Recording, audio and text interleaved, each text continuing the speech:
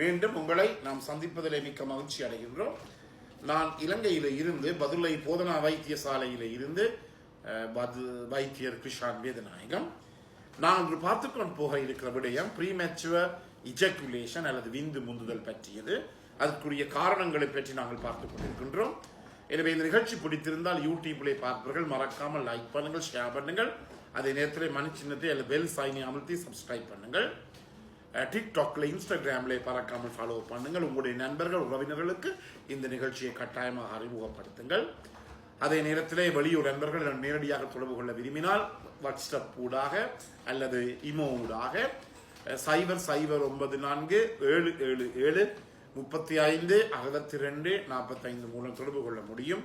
உள்ளூர் நண்பர்கள் 077756245 மூலமாக தொடர்பினை மேற்கொள்ள முடியும்.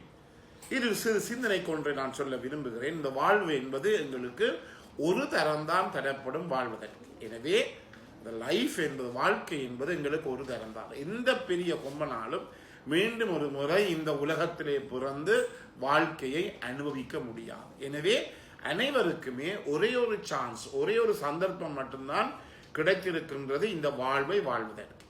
எனவே இந்த வாழ்கின்ற இந்த வாழ்வை, இந்த எங்களுக்கு கிடைத்த இந்த ஒரு சந்தர்ப்பத்தை நாங்கள் அருமையாக கட்டாயமாக பயன்படுத்த வேண்டும்.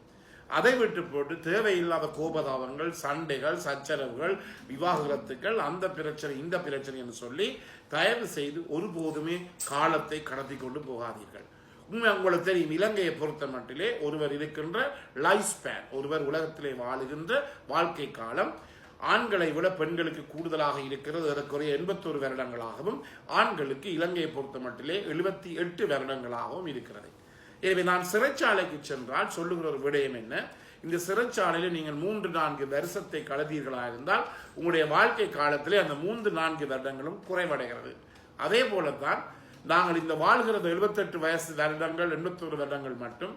அரவாசி வருடம் கோபதாபங்கள், சண்டை, சச்சரவு, கணவனுடன், மனைவியுடன் அல்லது பெண் துணை, ஆண் துணையுடன் சண்டை, சச்சரவுகள் என்று காலத்தை வீணாக்கினோம் என்றால் பிறகு இந்த போன காலம் எங்களுக்கு வராது. அதே நேரத்தில் சிறு வயது இரத்தமானது எப்போதும் கொதிப்படையக்கூடியதாக இருக்கும்.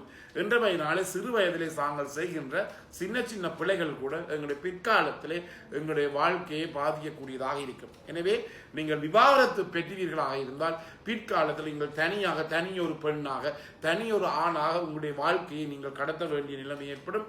அந்த நேரத்திலே நீங்கள் நோய்வாய்ப்பட்டு கட்டில் இருக்கின்ற போது உங்களுக்கு ஒரு கப் தேநீரையோ ஒரு கப் தண்ணியை கூட கொடுப்பதற்கு ஒருவருமே இல்லாமல் போய்விடுவார்கள். எனவே தயவு செய்து இந்த கிடைத்த சந்தர்ப்பத்தை ஒழுங்காக, அழகாக மற்றவர்களுக்கு உதவக்கூடிய வகையிலே நீங்கள் பாவிப்பது மிக முக்கியம்.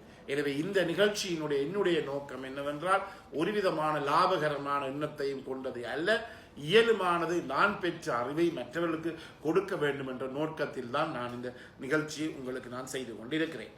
எனவே இந்த ப்ரீமெச்சுவர் இஜக்குலேஷனுக்குரிய காரணங்களை நாங்கள் பார்க்க போனால், அதாவது சில நேரங்களில் பல காரணங்களை சொல்லுகிறார்கள்.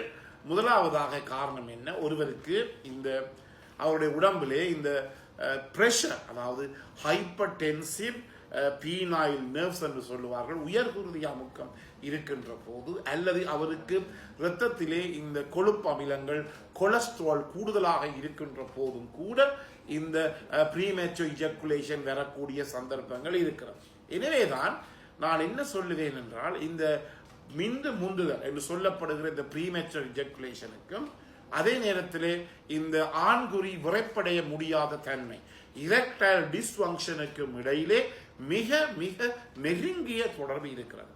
எனவே இரெக்டைல் டிஸ்ஃபங்க்ஷன் என்னென்ன காரணங்களால் ஏற்படுகிறதோ அந்தந்த காரணங்கள், அதாவது ஆண்குறி விரைப்படைய முடியாத தன்மைக்குரிய காரணங்கள் என்னென்ன இருக்கிறதோ அந்த காரணங்கள் காரணமாகவும் இந்த விந்து முந்துதல் என்ற பிரச்சனை ஏற்படும். எனவே முதலாவதாக இப்படிப்பட்ட பிரச்சனை இருப்பவர்கள் தயவு செய்து கவனித்துக் கொள்ளுங்கள். நீங்கள் வைத்தியரிடம், உங்களுடைய குடும்ப வைத்தியரிடம் போய் உங்களுடைய குருதி அமுக்கம், பிளட் பிரஷரை சோதித்துக் கொள்ளுங்கள், மிகவும் முக்கியமானது. இரண்டாவதாக உங்களுடைய இரத்தத்தில் இருக்கின்ற பிளட் சுகர், இரத்தத்தில் இருக்கின்ற சீனியினுடைய அளவை அல்லது குளுக்கோஸினுடைய அளவை நீங்கள் சோதித்துக் கொள்ளுங்கள்.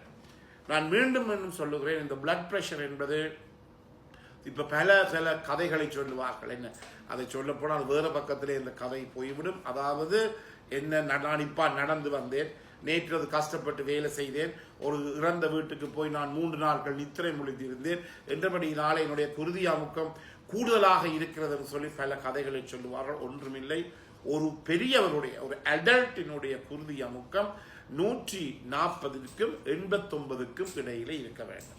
அதாவது மேலே இருக்கிற குருதி அமுக்கம் 140ஆகவும் கீழே இருக்கிற குருதி அமுக்கம் 89க்கும் கீழே இருக்க வேண்டும், அதுக்கு குறைவாக இருக்க வேண்டும். எனவே 140க்கு மேலே சென்றால் மேலே இருக்கிற பிரஷர், 89க்கு மேலே சென்றால் 90க்கு சென்றால் அதை நாங்கள் உயர் குருதி அமுக்கம் என்று சொல்லலாம். இதை தயவு செய்து நாங்கள் முந்தியும் இந்த சிஸ்டம் இருந்தது 3 தரங்கள் நாங்கள் தொடர்ச்சியாக பார்ப்போம். ஒரு வைத்தியசாலைக்கு சென்று ஒரு இடத்துல அமைதியாக ஒரு 20 நிமிடங்கள் அமர்ந்திருந்து அதன் பிற்பாடு 3 தரம் உங்களுடைய குருதி அமுக்கத்தை, பிளட் பிரஷரை பாருங்கள். வயது வளர்ந்தவர்களுக்கு இந்த பிரஷர் ஆனது 140க்கு கீழ் 89க்கு மேலே போவதாக இருந்தால் உங்களுக்கு உயர்குருதி அமுக்கம் வருகிறது. எனவே அதற்குரிய சிகிச்சையை நீங்கள் பெற வேண்டியது மிக மிக முக்கியம்.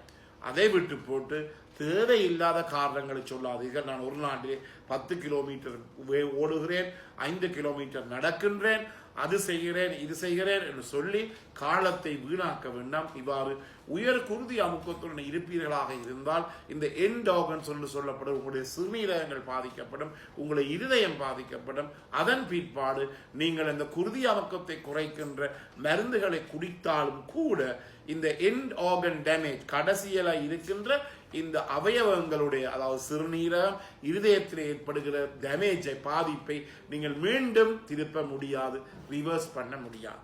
எனவே முதலிலே இந்த ப்ரீமேச்சோ இஜாக்குலேஷன், டிரெக்டர் டிஸ்ஃபங்க்ஷன் இருப்பவர்கள் உங்களுடைய குருதி அமுக்கத்தை கட்டாயமாக நீங்கள் பரிசோதிக்க வேண்டும். 2வதாக பிளட் சுகர். மீண்டும் மீண்டும் சொல்லுகிறேன், ஒரு முறை கையிலே குத்தி எடுத்து அந்த இரத்தத்தை பரிசோதிப்பதன் மூலமாக உங்களுக்கு பிளட் சுகர், அதாவது இரத்தத்திலே சீனி அளவு கூடுதலாக இருக்கிறதுன்னு சொல்ல முடியாது, இல்லை என்றும் சொல்ல முடியாது. நீரழிவு நோய் இருக்கிறதோ இல்லையோன்னு சொல்ல முடியாது. இந்த கையிலே குடுத்தி எடுக்கின்ற அந்த பிளட் சுகர் டெஸ்டை, சோதனையை நாங்கள் என்ன செய்வோம் என்றால், வைத்தியர்கள் ஏதாவது அவசர காலத்தில் ஒரு நோயாளி மயக்கமடைந்து எங்களுடைய ETU, அவர் ETU என்றால் அதிதீவிர சிகிச்சை பிரிவுக்கு வருகிறார், எமர்ஜென்சி ட்ரீட்மெண்ட் யூனிட்டுக்கு வருகிறார், ETUக்கு வருகிறார். அந்த இடத்துல அவருக்கு ரத்தம் குறைந்த இடத்திலே சீனியினுடைய அளவு குறைந்திருக்கின்றதா என்பதை பார்ப்பதற்காகத்தான் நாங்கள் குத்தி எடுக்கிறோமே தவிர அதை வைத்துக் கொண்டு அவருக்கு நெடுநாள் சிகிச்சையை நாங்கள் கொடுப்பதில்லை. எனவேதான் இந்த சீனி ரத்தம் இருப்பவர்கள் ஒழுங்காக இந்த ஃபாஸ்டிங் பிளட் சுகர் என்று சொல்லப்படுகிற சாப்பிடாமல் குடிக்காமல் 10 மணித்தியாலங்கள் சாப்பிடாமல் குடிக்காமல் இருந்து அந்த பிளட் சுகரை செக் பண்ணுங்கள். 2வதாக செக் பண்ண வேண்டியது என்ன, பகல் 12 மணிக்கு சாப்பிட்டு அதுக்கு பிறகு சாப்பிடாமல் 2 மணிக்கு செக் பண்ண வேண்டும். அதை post prandial blood sugar, PPBS என்று சொல்லுவோம், அதையும் சோதிக்க வேண்டும். 3வதாக கட்டாயமாக, இது பல பேருக்கு இந்த வசனம் கூட தெரிகிறது இல்லை, HbA1c என்ற பரிசோதனையை கட்டாயமாக நாங்கள் செய்து கொள்ள வேண்டும். எனவே நீங்கள் தருகின்ற அனைத்து ஆதரவுக்கும் எமது மனமார்ந்த நன்றியை தெரிவித்து மீண்டும் சந்திப்போம். நன்றி, வணக்கம்.